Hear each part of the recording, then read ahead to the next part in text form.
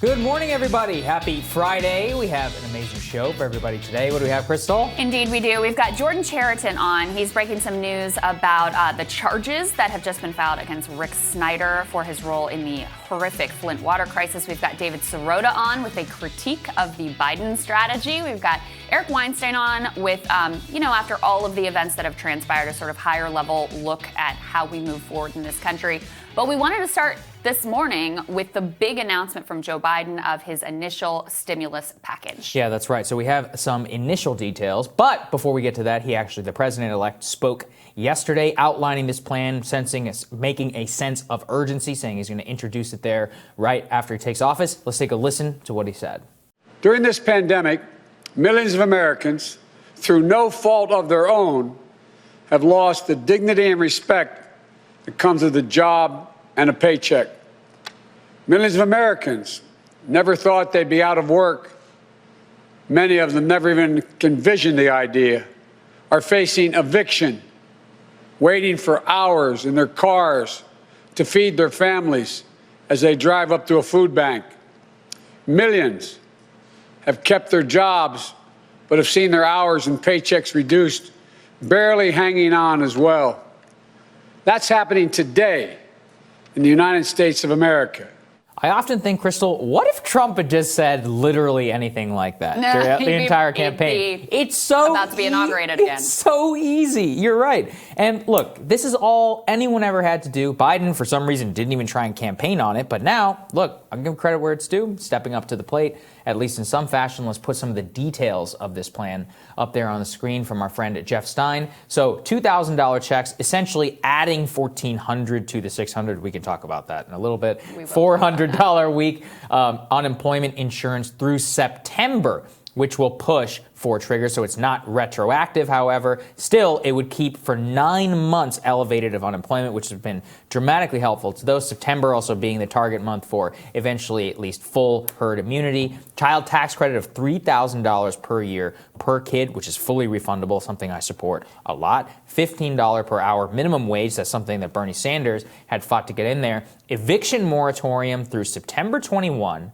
And also healthcare, state and local, schools, paid sick leave, EITC expansion, and some rental money. So overall, obviously, I think we should quibble on that, which is also just give an extra $2,000. There's no reason in order to make it retroactively $400. Give people more. It's already $1.9 trillion. I don't think that would add more than a couple of $1 billion there. But overall, I would say this is much better than anything has been proposed so far, and actually has a realistic chance of passing, which I think is great. It is. You actually make a great point, which is it's hilarious that he didn't actually run on this, because he probably would have won by a lot more. And it's also hilarious that Trump didn't run on. So it was such an obvious move to just make it super clear what you were planning to do. All right, so let me say the things that I like about this. We'll start with that.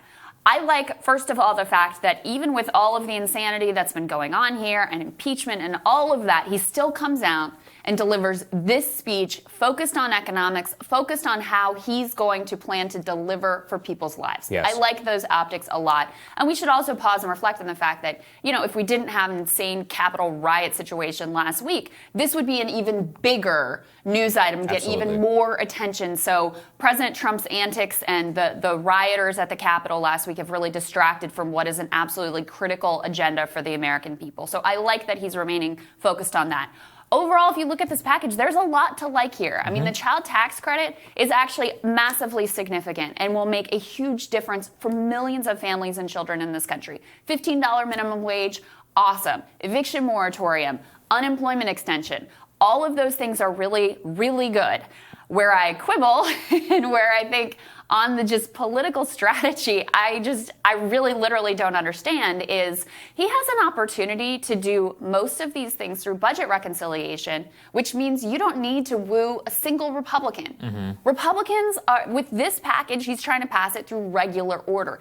That means you need 60 votes. You need a significant chunk of Republicans to vote for this thing. It's not going to happen. I mean, it's a fantasy. So right now, I'll go through some of the other things that I like and don't like about this. But the biggest problem I have with it is it's a delusion because you're not going to get Republican support for it.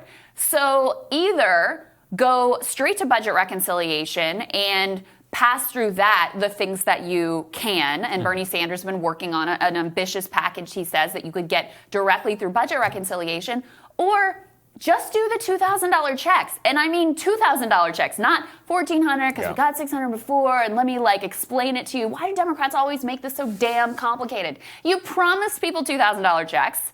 It was very clearly stated in the Georgia races. It's the one clear promise that you've made. You had Republican support for it. Just pass the checks if you want to do something bipartisan. I completely agree with you. And this is already from Senator Marco Rubio. He put this out last night. Biden served in the Senate for 35 years. He knows the plan he outlined tonight can't pass quickly and will delay the 2K for hard-hit Americans. Let's just get the extra money to people first. He's and right. I think that you're right, which is that ultimately, how does this all going to happen? You and I both know there's no way in hell any Republican is going to sign on to a $15 per hour minimum wage bill. Never, right? So what does that mean? It means he would have to try and start the budget reconciliation process immediately. And here's the reason he wants to try regular order. It's because it's fast, right? Like regular order, theoretically, you can pass something within a single day, even a couple of hours. Budget reconciliation by the rules is going to take at least, they said, several weeks, if not over months or so. And that's just something that we'd have to live with. It's a terrible process. It wasn't designed to actually pass legislation. And we can go into the Senate and all of that as well. So as I understand it, that's what he's trying to do. Now, politically, it might actually be beneficial because if he comes in and he's like, look, the Republicans, once again, are the ones who are holding up your $2,000 checks and are against this and this and this, then maybe it'll work out. But as we saw with Nancy Pelosi, America knows when you're playing games. Mm-hmm. They know when you're playing games. Mm-hmm. And they know that if you could unbundle something and that there was enough political support for $2,000 checks, that they would be like, you know what, screw you for not doing that. Look, we saw it with Pelosi in the fall, and then we saw it with McConnell in December. That's right. He thought he could play it cute and put all these things together and then be like, look, the Democrats are the ones really standing in the way in the $2,000 checks. People didn't buy it. They knew who was the real roadblock here, and they'll see through this too. If you want to have a bipartisan win, and I do think it would be good for the country to have a bipartisan win, the thing that you could put pressure on Republicans to actually pass is $2,000 checks. Mm-hmm. We have a statement from Bernie Sanders out. He's broadly supportive of this plan. Let's throw that up on the screen. He says President-elect Biden has put forth a very strong first installment of an emergency relief plan. It's a very good start, a very serious start. Biden's plan understands the economy's in shambles. We need to take a hard look at the details. I agree generally with him. Overall, if you look at this, it's pretty good. AOC has a critical take on the $2,000, which I share. She says Dems should pass $2,000 on top of the $600 from December rather than add $1,400 to get $600 to $2,000. $2,000 means $2,000. $2,000 does not mean $1,400.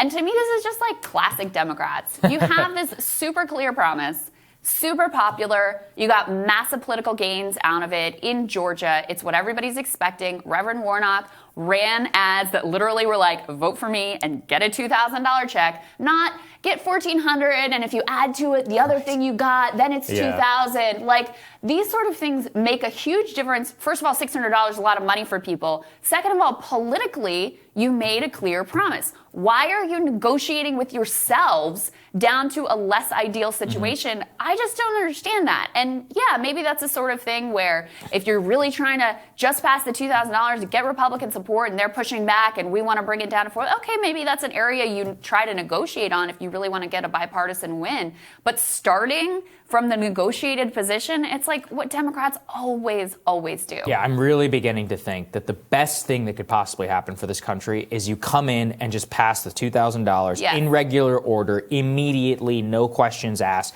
just pass it. Imagine what that would foster, the good feelings. We were both talking. Look, right now we're in downtown D.C. It's basically locked down like the green zone in Baghdad. You wouldn't believe it. You truly would not believe it. And it's the tension, not just in the city, but I can sense all across America about how people are feeling about politics. Is like I said the other day, it's like the most heated rhetoric since 1968. Nothing cuts through that like money. That's the one thing they'll cut through, which is money in your pocket to go out and to spend, to have with some security and say, hey, when this thing is over, I'm going to do X. I'm going to take my wife, go here, or I'm going to buy this for my parents, all these things. These are the difference. Like I said yesterday as well, my parents got the vaccine yesterday. It's amazing. Like, it's something that, once again, I'm not a huge fan of Governor Greg Abbott, but look, he has earned something from me for a long time because of the policies that he implemented in order to make that happen. This is how you really cut through to people's lives. Yeah. And that's what I want to see Biden do. It would be a damn shame if we get mired once again in some long, drawn-out Senate battle, Republicans in bad faith, Democrats just refusing, to unbundle anything. And ultimately, people would have to wait months and months and months. They can't keep waiting. They've been waiting and waiting. They waited for 9 months. There's all this locked up energy out there in America, and they need some sort of reassurance from their government because trust is beginning to just fade. Yeah. I really believe that over the last several months, how many billions of dollars we spent on security in this country? And they can storm the damn U.S. Capitol within 1 hour? What? What was the whole point of the post 9/11 reforms and these billions that we spent on Secret Service and all of this? It's like that level of trust that we're beginning to lose in our government. This is the only type of thing that can make it up. So I hope that he does it. It's such a profound point, actually, because what we've witnessed over the past year or so is every single institution that we needed to rely on in this country failed. With the breakdown of security at the Capitol being like maybe the most tangible and obvious example of like, dear God, we can't even do that.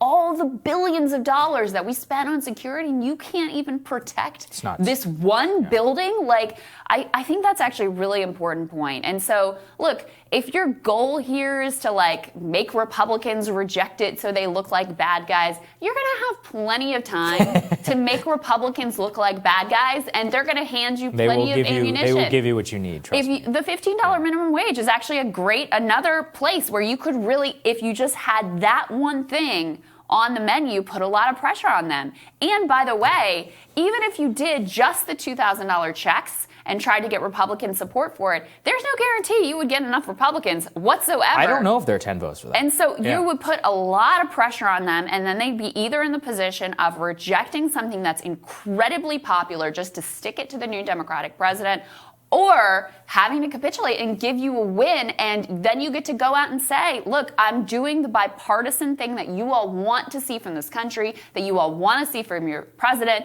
It's going to be a new day in America, all of that stuff. So it's a great tactical position to put Republicans in, not to mention the part I care most about, you're more likely to end up quickly with $2,000 checks in people's hands. I think that's right.